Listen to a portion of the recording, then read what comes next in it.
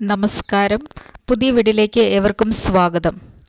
ഷൈനിയുടെ ആത്മഹത്യയും advocate ജിസ്മോളിൻ്റെ ആത്മഹത്യയുമൊക്കെ വളരെയധികം പ്രഘോഷിച്ചുകൊണ്ടാണ് ഓരോ ദിവസവും വാർത്തകൾ പുറത്തു വരുന്നത്. അതുകൊണ്ട് തന്നെയും ഷൈനിയും കുഞ്ഞുങ്ങളും ട്രെയിൻ മുൻപിൽ ചാടി ആത്മഹത്യ ചെയ്തത് വളരെ അധികം മനുഷ്യരുടെ മനസ്സുകളിൽ വേദന ഉളവാക്കുന്നതാണെങ്കിലും പല രീതിയിലുള്ള വിമർശനങ്ങൾ പിന്നീട് കേൾക്കുകയുണ്ടായി. അതേസമയം അതിനോടനുബന്ധിച്ച് അനേകം ആത്മഹത്യകൾ നടക്കുന്നുണ്ടെന്നുള്ളതൊരു വസ്തുതാപരമായ കാര്യം തന്നെയാണ്. ഷൈനി തുടർന്നു വെച്ച പാത പിന്തുടർന്നുകൊണ്ട് മറ്റ് പല സ്ത്രീകളും തൻ്റെ മക്കളോടൊപ്പം ആത്മഹത്യ ചെയ്യുന്നത് വളരെ ദാരുണമായ രീതിയിൽ മനുഷ്യർക്ക് നോക്കി നിൽക്കാനേ ഇന്ന് സാധിക്കുന്നുള്ളൂ.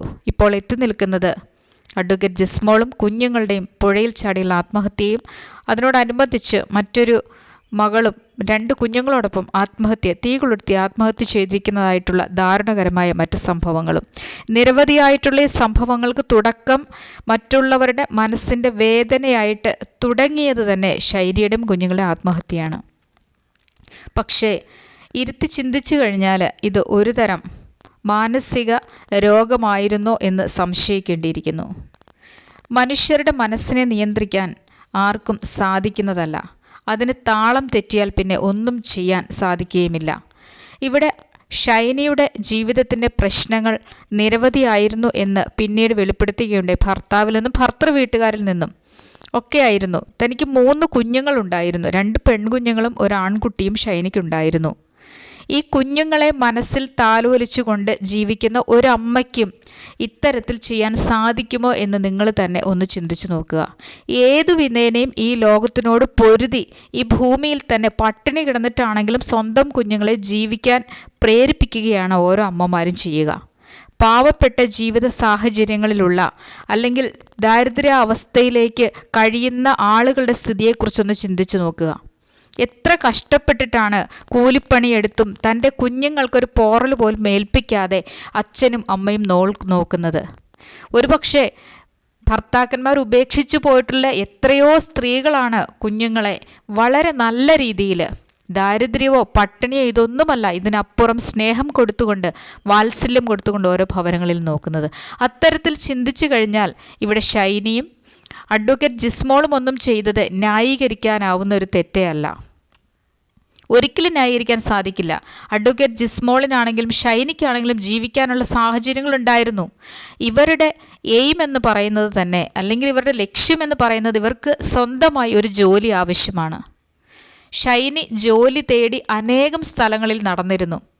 ഭർത്താവ് പീഡിപ്പിക്കുന്നുണ്ട്, ഭർത്താവിൻ്റെ വീട്ടുകാരുടെ പീഡനമുണ്ട്, അല്ലെങ്കിൽ സ്വന്തം വീട്ടുകാരുടെ ഭാഗത്തുനിന്ന് സപ്പോർട്ടില്ല. ഇതൊക്കെ പറയുമ്പോഴും ഇതൊന്നുമല്ല, ഇതിനപ്പുറം നമ്മൾ ഭൂമിയിലേക്ക് അല്ലെങ്കിൽ സ്ത്രീകൾ അവരുടെ ഉദരത്തിൽ ഉരുവാകുന്ന കുഞ്ഞുങ്ങളെ ഭൂമിയിലേക്ക് കൊണ്ടുവന്ന് അവരെ സംരക്ഷിക്കേണ്ടതായ ഉത്തരവാദിത്തം ഒരു സ്ത്രീ തന്നെ ഏറ്റെടുക്കുക.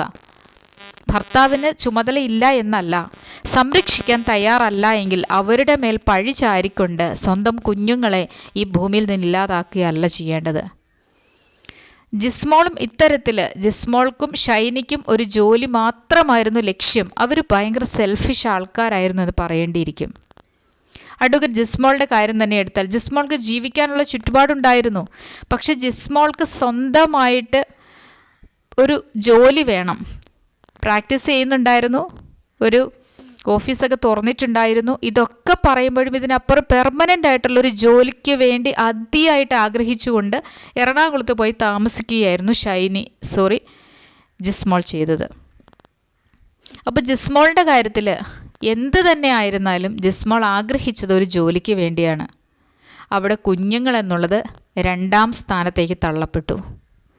ഇങ്ങനെ മക്കൾ 2ാം സ്ഥാനത്തേക്ക് തള്ളപ്പെടുമ്പോൾ മാത്രമാണ് ഇത്തരത്തിൽ ഇവർക്ക് അല്ലെങ്കിൽ ഈ സ്ത്രീകൾക്ക് ആത്മഹത്യ ചെയ്യാനായിട്ട് സാധിച്ചത്.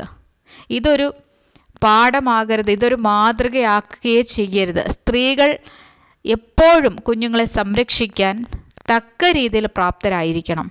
അതല്ല എങ്കിൽ കുഞ്ഞുങ്ങളെ ജനിപ്പിക്കാൻ തയ്യാറാവരുത്.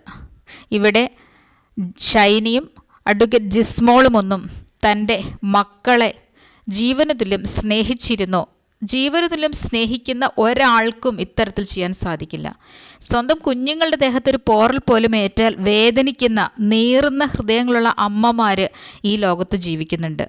ദാരിദ്ര്യത്തിലാണ് അവരൊക്കെ കഴിയുന്നത് എങ്കിൽ പോലും അത്യധികം വാത്സല്യത്തോടെ തങ്ങൾക്ക് വെച്ചുണ്ടാക്കുന്നത് എന്താണോ അത് കഴിച്ചുകൊണ്ട് സന്തോഷവും സമാധാനവും കുഞ്ഞുങ്ങൾക്ക് കൊടുത്തുകൊണ്ട് അവരെ ജീവിതത്തിൻ്റെ മുഖ്യധാരയിലേക്ക് വരാൻ പ്രോത്സാഹിപ്പിക്കുകയാണ് ഓരോ അമ്മമാരും ചെയ്യുക.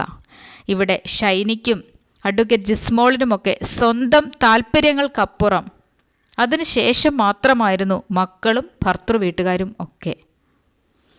അതുതന്നെയാണ് ഇവരെ ഇത്തരത്തിൽ ചെയ്യാൻ ചിന്തിപ്പിച്ചത്, അല്ലെങ്കിൽ ഇവരിത്തരത്തിൽ ചെയ്തത്. അതുകൊണ്ട് ഇതൊരിക്കലും ഒരു മാതൃകയായിട്ട് പെൺകുട്ടികൾ കാണരുത്. പെൺകുട്ടികൾക്ക് എപ്പോഴും മനസ്സിലൊരു ധൈര്യം ഉണ്ടാവണം സ്വന്തം കാര്യങ്ങൾ നോക്കാനും ഒപ്പം തന്നെ മക്കളുടെ കാര്യങ്ങളും ഏതു വിധേനയും തങ്ങളെക്കൊണ്ട് പറ്റുന്ന രീതിയിൽ ഒരു ചെറിയ ജോലി ചെയ്തിട്ടാണെങ്കിലും മുൻപോട്ട് ജീവിക്കാൻ ഉള്ള പ്രാപ്തി ഉള്ളവരായിരിക്കണം, അല്ലെ ആത്മവിശ്വാസമുള്ളവരായിരിക്കണം. അത്തരത്തിൽ മക്കളെ സ്നേഹിക്കാൻ ഈ അമ്മമാർക്ക് കഴിഞ്ഞിരുന്നില്ലല്ലോ എന്നോർത്ത് വേദന തോന്നുകയാണ്.